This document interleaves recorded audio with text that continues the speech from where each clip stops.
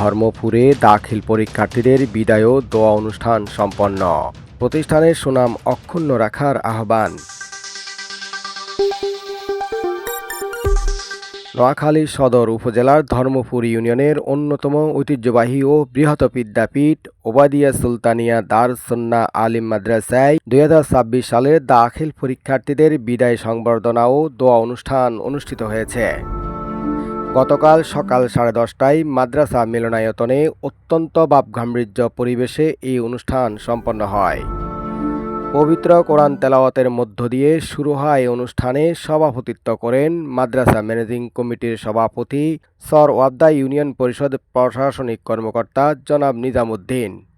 অনুষ্ঠানে বিশেষ অতিথি হিসেবে উপস্থিত থেকে দিক নির্দেশনামূলক বক্তব্য রাখেন এলাকার বিশিষ্ট সমাজসেবক ও সমাজ হিতৈষী ব্যক্তিত্ব জনাব নিজামুদ্দিন মেম্বার। মাদ্রাসার সিনিয়র শিক্ষক মাওলানা আতিকুল্লাহ সুনিপুণ সঞ্চালনায় অনুষ্ঠানের প্রধান বক্তা হিসেবে শুভেচ্ছা বক্তব্য রাখেন মাদ্রাসা অধ্যক্ষ প্রাজ্ঞ বিজ্ঞ আলেমে দ্বীন হাফেজ মাওলানা মহিউদ্দিন।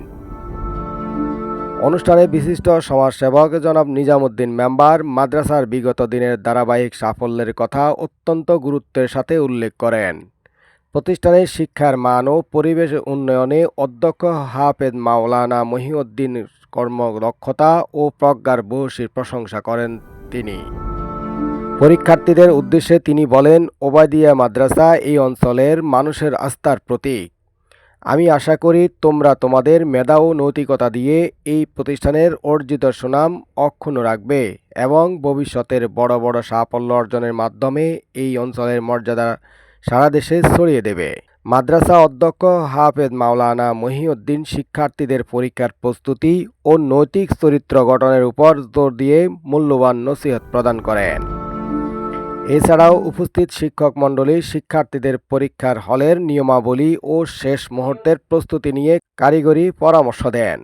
অনুষ্ঠান শেষে প্রিয় ক্যাম্পাস ও শিক্ষকদের ছেড়ে যাওয়ার মুহূর্তটি অত্যন্ত আবেগঘন হয়ে ওঠে।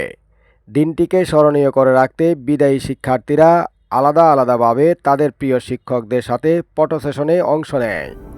ছাত্র শিক্ষক সম্পর্কের এই মায়াভরা স্মৃতিগুলো তারা ক্যামেরাবন্দি করে রাখে।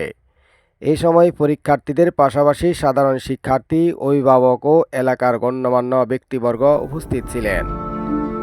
অনুষ্ঠানের শেষ পর্যায়ে পরীক্ষার্থীদের সুন্দর ভবিষ্যৎ এবং দেশ ও জাতির কল্যাণ কামনায় বিশেষ মুনাজাত পরিচালনা করা হয়। মুনাজাতের মাধ্যমে 21 এপ্রিল থেকে শুরু হতে যাওয়া দাখিল পরীক্ষায় শিক্ষার্থীদের আশাতীত সাফল্যের জন্য মহান আল্লাহর দরবারে বিশেষ প্রার্থনা করা হয়।